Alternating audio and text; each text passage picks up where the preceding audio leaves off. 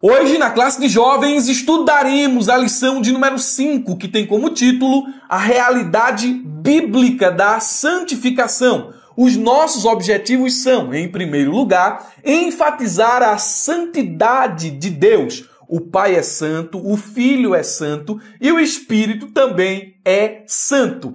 Em segundo lugar, conscientizar de que a santificação é um processo. Veremos os tempos da santificação, passado, presente e futuro. Santificação posicional, santificação progressiva e santificação final, que é a nossa glorificação. E, por fim, vamos compreender o que é a santidade na prática. Como essa doutrina é relevante no nosso dia a dia. Cumpriremos esses objetivos mediante a explicação e aplicação dos pontos e subpontos que estão na própria lição. Iniciemos, portanto, com o nosso texto principal, que está na carta aos Hebreus e nos diz: no qual a vontade temos sido santificados pela oblação do sacrifício de Jesus Cristo, feita uma vez. Hebreus capítulo 10, versículo de número 10. A paráfrase NTLH nos diz: e porque Jesus Cristo fez o que Deus quis, olha como o texto aqui está mais entendível, nós somos purificados do pecado pela oferta que ele fez, uma vez por todas, do seu próprio corpo. Então, o escritor aos Hebreus aqui tem em mente os efeitos da morte de Jesus, os efeitos do seu sacrifício. A NVI, uma tradução dinâmica, nos diz: pelo cumprimento dessa vontade fomos santificados. Ou seja, ele cumpriu a vontade de Deus. Ele quem? Jesus. Ele morreu na cruz e a sua morte tem efeito salvífico e efeito santificador. O texto diz: por meio do sacrifício do corpo de Jesus Cristo, oferecido uma vez por todas. Jesus não morre várias vezes, ele morreu uma única vez e a sua morte é eficaz no que diz respeito à salvação do homem e também no que tange a sua santificação. Esse texto, ele trata propriamente da santificação posicional. Agora, em Cristo, podemos ser chamados de santos, porque a sua morte tem esse efeito na vida do pecador. Vamos comentar isso no ponto de número 12, apenas aqui uma pincelada daquilo que veremos mais à frente. O resumo da lição nos diz: a santificação não é somente possível, mas também é esperada por Deus em nossa vida. Vamos desembrulhar o resumo da lição em 3 pontos. Primeiro, a possibilidade da santificação. A Bíblia afirma que ela é possível. A santificação não é um alvo que o homem não pode atingir. A santificação não é uma utopia, não é um objetivo irreal. Ela é possível. Quando aceitamos Jesus como nosso Salvador, a santificação se torna uma realidade em nossa vida. Leia com muita atenção, ou preste muita atenção nesse texto bíblico, que encontra-se em 1 Coríntios, capítulo de número 6, versículo 9 ao 11. Olha o que Paulo diz: não se deixem enganar, nem os imorais, nem os idólatras, nem os adúlteros, nem os homossexuais passivos ou ativos, e nem ladrões, nem avarentos, nem alcoólatras, nem caluniadores, nem trapaceiros herdarão o reino de Deus. Aí, olha o que ele diz aqui, que texto maravilhoso. Assim foram alguns de vocês.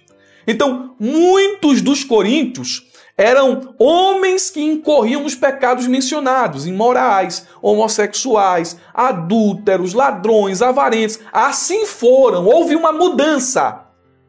Eles foram salvos e santificados. Ele diz aqui, final do versículo de número 11, mas vocês foram lavados, foram santificados, foram justificados no nome do Senhor Jesus Cristo e no Espírito de nosso Deus. O que é que esse texto está me mostrando? Que a santificação é possível. Em segundo lugar, nós temos a expectativa de Deus. Deus espera que vivamos em santidade. Se nós aceitamos o seu Filho como nosso único e suficiente Salvador, o nosso estilo de vida deve ser santo. A Bíblia deixa bem claro que há uma intenção que há um desejo de Deus quanto à nossa santificação. 1 Tessalonicenses, capítulo 4, versículo de número 3 diz: a vontade de Deus. Então, é vontade de Deus que sejamos santificados, abstendo-nos da imoralidade. E vontade aqui nesse contexto se refere a desejo ou a propósito divino. Por fim, eu tenho mais um ponto aqui que é o chamado à santificação. Pedro nos lembra que, assim como Deus é santo, devemos ser santos em tudo o que fizermos.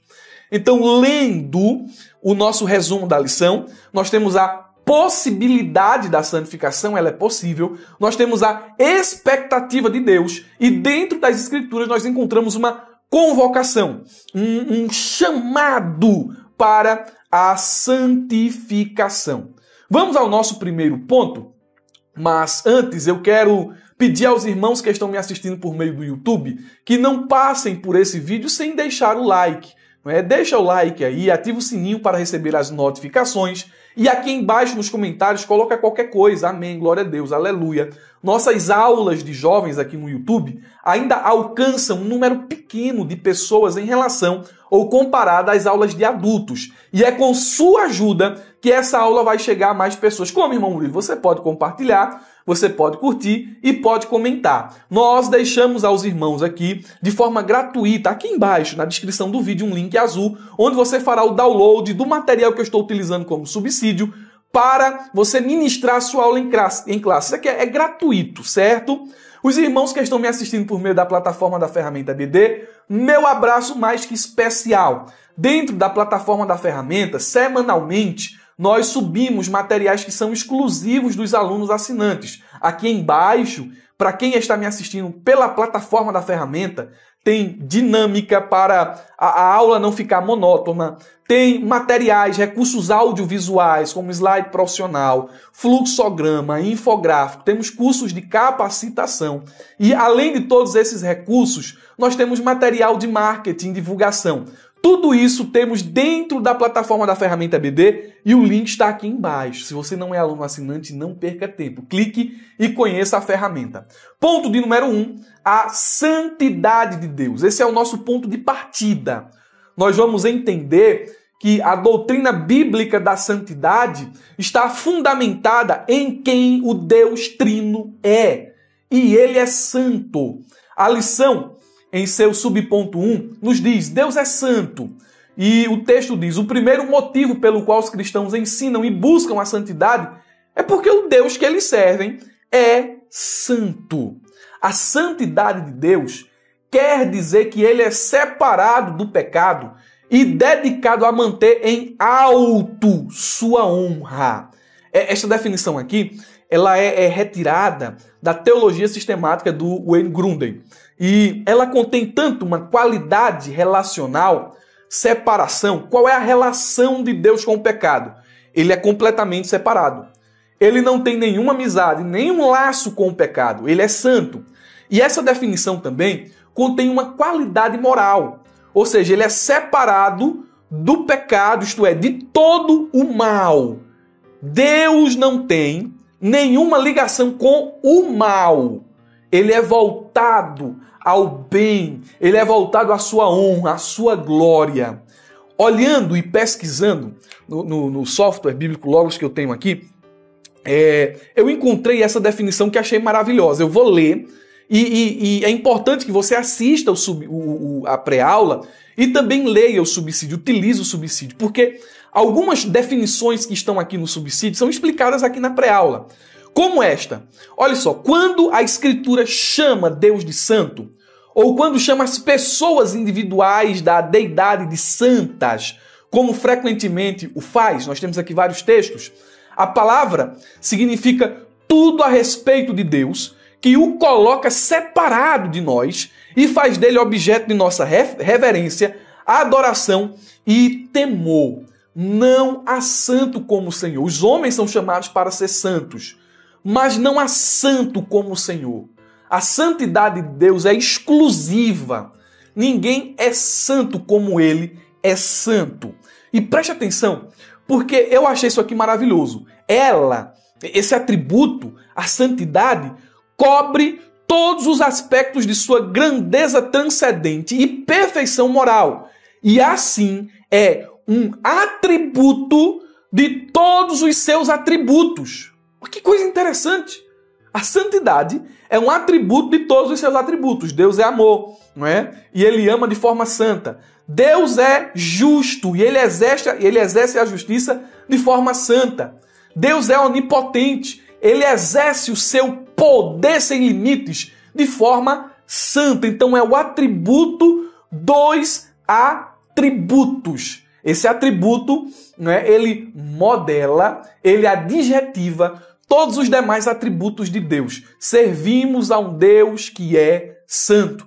Mesmo quando ele se ira, mesmo quando ele executa os seus juízos, ele não deixa de ser santo. Completamente separado de todo o mal. Ok? Então Deus é santo. A segunda pessoa da Trindade, o Senhor Jesus Cristo. Não é? O Senhor Jesus é santo, é o que diz o nosso subponto de número 2. A revista tem o seguinte texto: Jesus é descrito como estando bastante tempo cercado de pessoas pecadoras, mas sem ser afetado pelos pecados delas. Nós somos tendenciados a receber de forma muito positiva influências. Por que de forma positiva? Porque a gente cede. Não é? Geralmente, quando nós estamos em um meio, nós temos essa facilidade de assimilação. Influência é coisa séria. Influência leva à prática. Influência leva à mudança de comportamento. Então a gente precisa tomar muito cuidado com as influências que nós recebemos. Mesmo estando rodeado de pecadores, Jesus não recebeu influência para o pecado. Ele influenciou os homens para uma vida de santidade. O texto prossegue: ele foi oferecido como um cordeiro imaculado, sem pecado, pelos nossos pecados, e até o inimigo reconheceu a santidade de Jesus. Ao chegar em Cafarnaum e deparando-se com um homem endemoniado, antes de libertá-lo, Jesus ouviu o reconhecimento de sua santidade. Bem sei que és o Santo de Deus. Então, a segunda pessoa da Trindade, o Filho, nosso Senhor Jesus, é santo. 2 Coríntios, capítulo 5, versículo 21, nos diz: aquele que não conheceu o pecado, o fez pecado por nós, para que nele fôssemos feitos justiça de Deus. Ele não conheceu o pecado. Há vários textos que atestam a santidade de Jesus. Lucas 1,35, Jesus foi anunciado a Maria pelo anjo como Santo Filho de Deus. Nós temos os textos de Mateus 4, Hebreus 2, 18 e Hebreus 4 e 15. Jesus foi tentado a pecar, mas nunca pecou. Ninguém podia ou pode provar que Jesus tenha pecado. João 8, 46, mesmo os seus inimigos. Jesus é santo, inocente, imaculado e mais sublime do que os céus. Hebreus 7, 26. Ele é descrito, ou apresentado no livro de Apocalipse como o santo e verdadeiro. Apocalipse 3, 7. Os homens reconhecem Jesus como o santo. Atos capítulo 4, versículo 27 e o versículo 30. Os demônios, um texto paralelo, reconhecem Jesus como santo. Marcos 1, 24. Jesus diz que foi ele a quem Isaías viu assentado em um alto sublime trono, sendo aclamado: Santo, Santo, Santo é o Senhor dos Exércitos. Isaías 6, versículo 3, e o texto equivalente no Novo Testamento, João 12, 41. Jesus permanece santo e voltará em santidade, Hebreus 9, 28. Jesus era santo, é santo e advia em santidade. Apocalipse capítulo 4, versículo de número 8. Portanto, Jesus é santo. Em terceiro lugar, nós temos aqui o nosso último subponto deste primeiro ponto, que nos diz: o Espírito é santo. Nós já o conhecemos assim. O chamamos de Espírito Santo. Então, dentro do seu nome, essa qualidade, esse atributo já fica evidente. A lição diz: o Espírito que Deus deixou para nos guiar na ausência temporária do Senhor Jesus Cristo é chamado de Espírito Santo. Esse nome já nos mostra que ele é o Consolador, o que se manifesta na igreja por meio da sua presença e seus dons, e que atua neste mundo para convencer os pecadores e santificar aqueles que receberam a Jesus. Somente pela atuação do Espírito Santo conseguimos praticar a santidade em nossas vidas. Então ele é o responsável. Ele é o responsável pela execução do processo de santificação na vida do pecador. Ele é quem atua nos convencendo do pecado, da justiça e do juízo. Ele é quem nos guia em toda a verdade e é por essa verdade que somos santificados. Veremos isso mais à frente. Então ele tem um papel fundamental dentro do processo de santificação. A Bíblia nos diz em 2 Tessalonicenses 2:13 o seguinte: mas devemos sempre dar graças a Deus por vós, irmãos amados pelo Senhor, porque Deus os escolheu desde o princípio para a salvação pela santificação do Espírito e pela fé na verdade. O Pai é santo, o Filho é santo e o Espírito é santo. E ambos, ou melhor, e todos eles, não é? Falando sobre pessoas, são pessoas distintas, mas um único Deus, e esse Deus, ou todas as pessoas da Trindade, elas contribuem no processo de nossa santificação. Ponto de número 2, a santificação como um processo. Vamos entender aqui os tempos da santificação. E é importante que a gente tenha em mente esses aspectos, porque conhecendo os tempos da santificação, nós temos uma ideia correta e bíblica desta doutrina. E isso, lógico, influencia em nossa vida como igreja. Porque às vezes a gente cria a ideia de que existem supercrentes, pessoas infalíveis, e não é verdade. Existem homens fracos, falhos, que são chamados santos, mas que servem a um Deus grande em misericórdia, grande em amor, grande em perdoar. Não é? Então a gente precisa ter essa ideia em mente para que entendamos como essa doutrina se aplica na prática, que é o que veremos no ponto de número 3. Primeiro subponto do ponto 2, a santificação posicional. A lição diz, essa perspectiva de santificação nos leva a entender que todos aqueles que foram salvos em Cristo são santos, ainda que passem por tribulações e nem sempre demonstrem a perfeição, são chamados de santos. Você olha para a igreja de Corinto, que é o exemplo que a revista vai nos dar, você vai ver que Paulo inicia chamando o pessoal de Corinto de santo. E mais à frente ele vai dizer que esse pessoal era carnal. Então, os santos ali não são perfeitos. Esse é o aspecto posicional da salvação. Todos que aceitaram a Jesus podem ser chamados de santos porque estão em Cristo. Mas isso não significa que eles são perfeitos. Santificação posicional não é o mesmo que perfeição. Os santos erram, os santos pecam, os santos falham. Esse processo aqui, essa santificação posicional, ela tem um aspecto passado. É Deus nos livrando da condenação do pecado. Os santos aqui, no aspecto posicional, eles não estão mais debaixo da condenação do pecado. Eles foram livres dessa condenação e são chamados santos. Exemplo, o ladrão que estava na cruz. Aquele que aceitou Jesus, né, e disse, lembra-te de mim quando entrares no teu reino. Jesus olha para eles, ainda hoje estarás comigo no paraíso. Esse homem, por aceitar Jesus, por ter essa fé salvadora em Cristo, ele não somente foi salvo, mas ele foi santificado. Ele não teve tempo, porque ele morreu ali na cruz, ele não teve tempo de praticar a santidade, de viver em santidade. Ele morreu ali.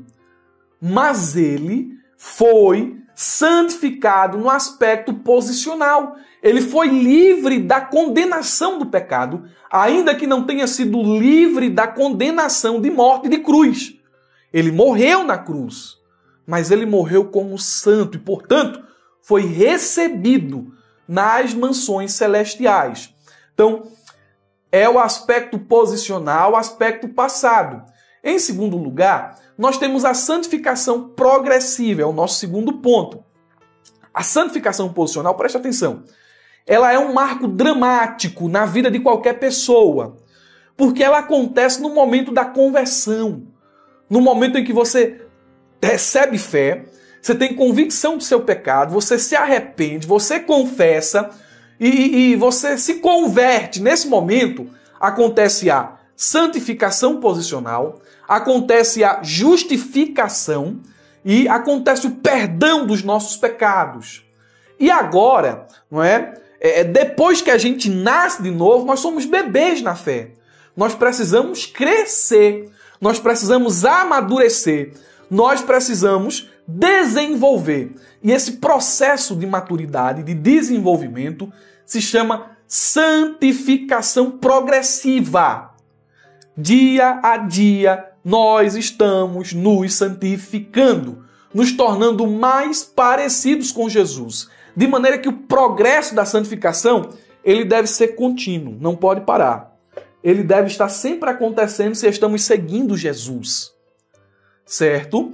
A santificação progressiva, ela diz respeito ao presente. No aspecto passado, Deus nos livra da condenação do pecado. No aspecto presente, Deus nos livra do poder do pecado. O homem sem Deus, ele é subjugado, ele é escravo do pecado. A partir do momento que o homem aceita Jesus, o Espírito lhe concede graça. O Espírito lhe concede virtude, orientação, direção, capacidade para ele resistir ao mal. Ele não está mais debaixo do domínio do pecado, mas do domínio do Espírito. Portanto, se antes ele não tinha condição de fugir do pecado, de dizer não ao pecado, agora, como salvo, santificado em Cristo Jesus, ele pode fazer frente aos seus desejos pecaminosos. Ele pode dizer não ao velho homem, à velha natureza. Entendeu?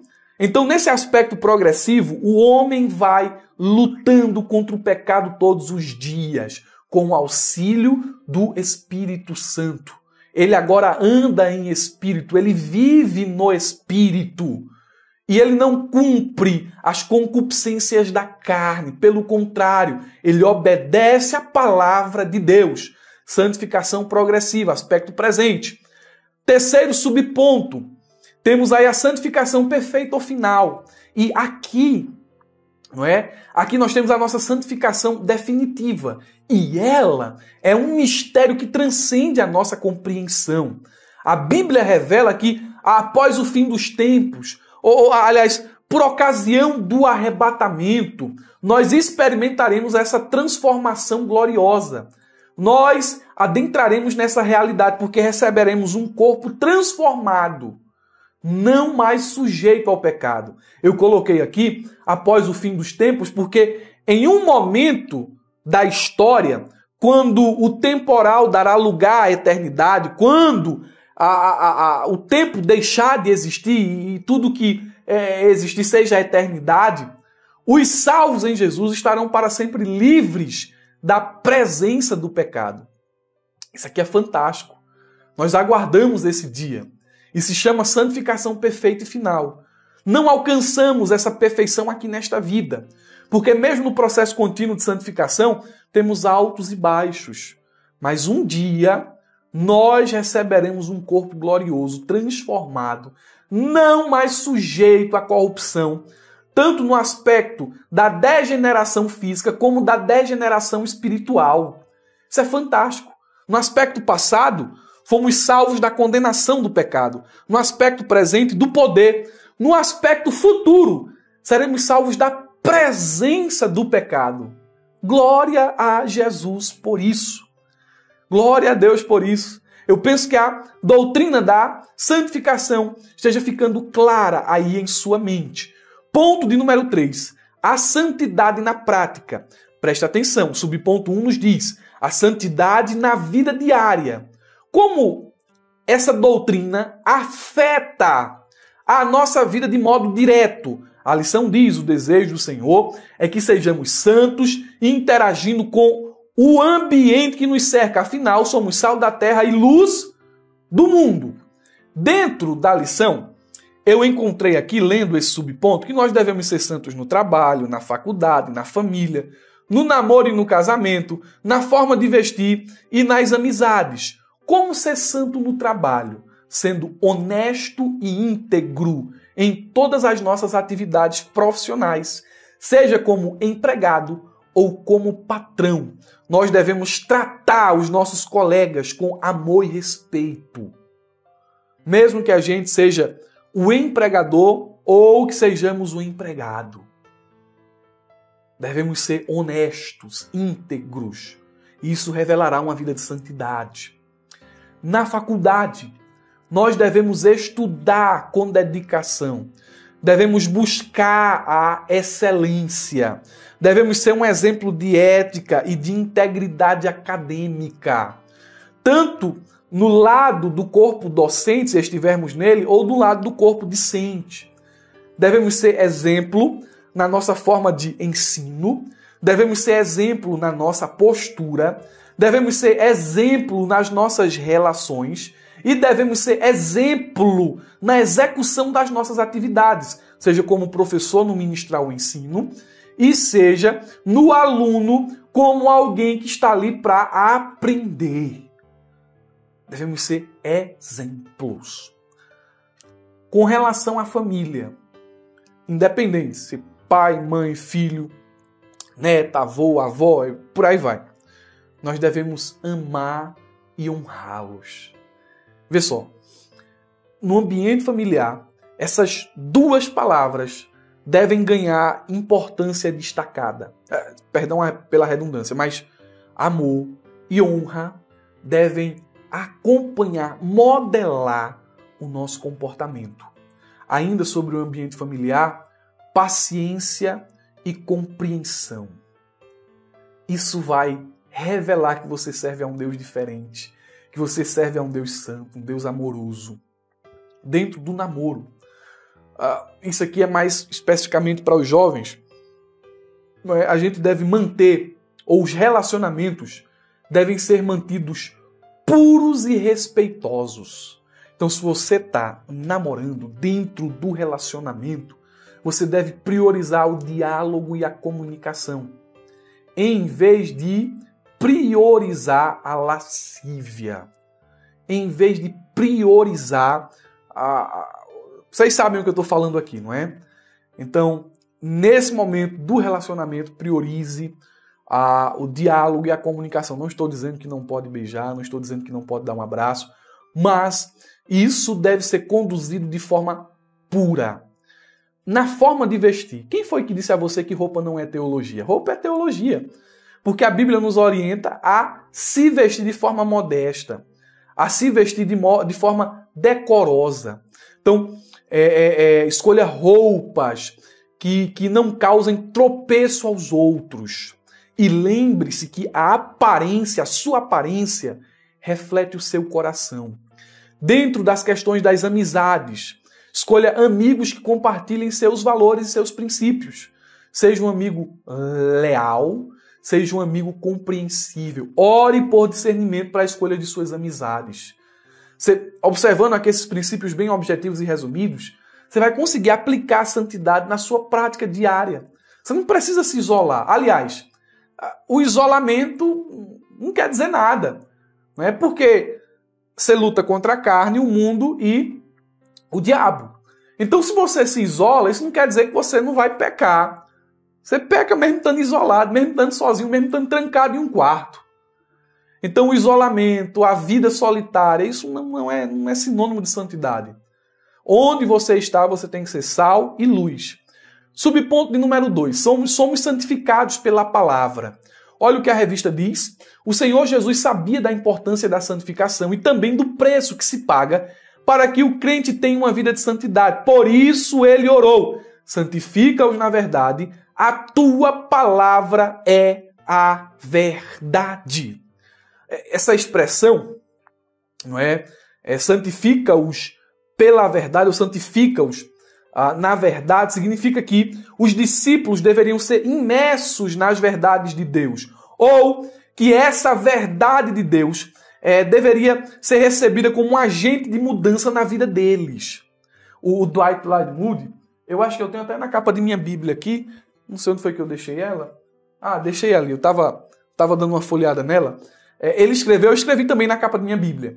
Ele escreveu a seguinte frase, na capa da Bíblia: Ou este livro vai me afastar do pecado, ou o pecado vai me afastar desse livro.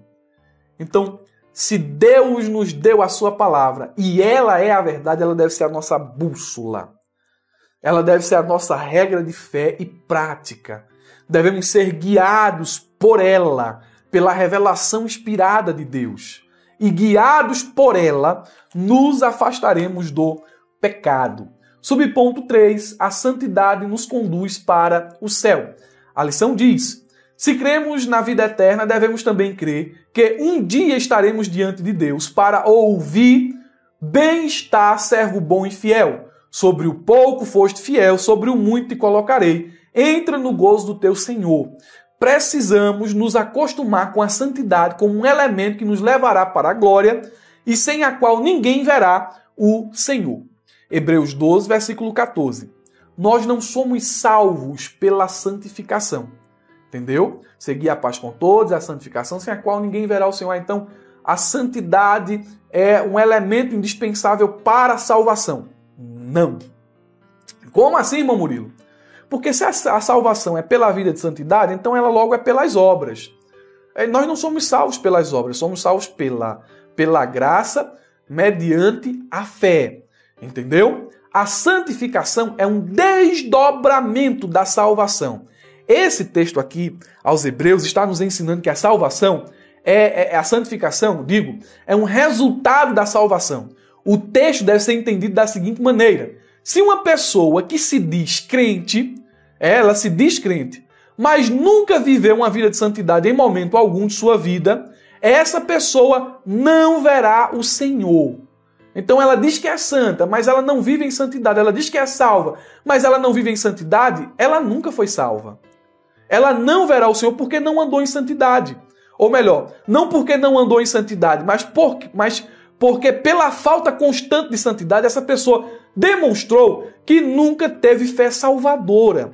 E por não ter fé salvadora, não verá a Deus. São pessoas que nunca deram frutos até o fim de suas vidas, tiveram uma vida marcada pelo pecado e nunca andaram em santidade. Então, é o famoso crente nominal: em teu nome, em teu nome, em teu nome, em teu nome, mas ele vai olhar e vai dizer: não conheço vocês que praticam a iniquidade.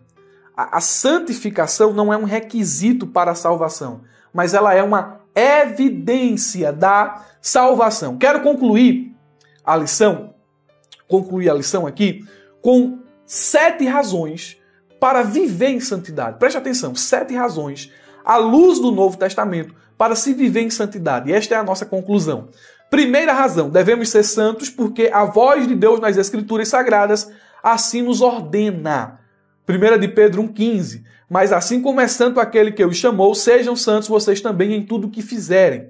Segunda razão: devemos ser santos porque essa é a grandiosa finalidade, propósito daquilo que Cristo veio fazer no mundo. Paulo escreveu aos Coríntios: e ele morreu por todos, para aqueles que vivem, já não vivam mais para si mesmos, mas para aquele que por eles morreu e ressuscitou. Tito 2,14 diz: ele se entregou por nós a fim de nos remir de toda maldade e purificar para si mesmo um povo particularmente seu, dedicado à prática de boas obras. Terceira razão: devemos ser santos, porque essa é a única evidência segura de que possuímos fé salvadora em nosso Senhor Jesus. A fé autêntica sempre haverá de manifestar-se pelos seus frutos. Ela santificará, operará por meio do amor, vencerá o mundo e purificará o coração.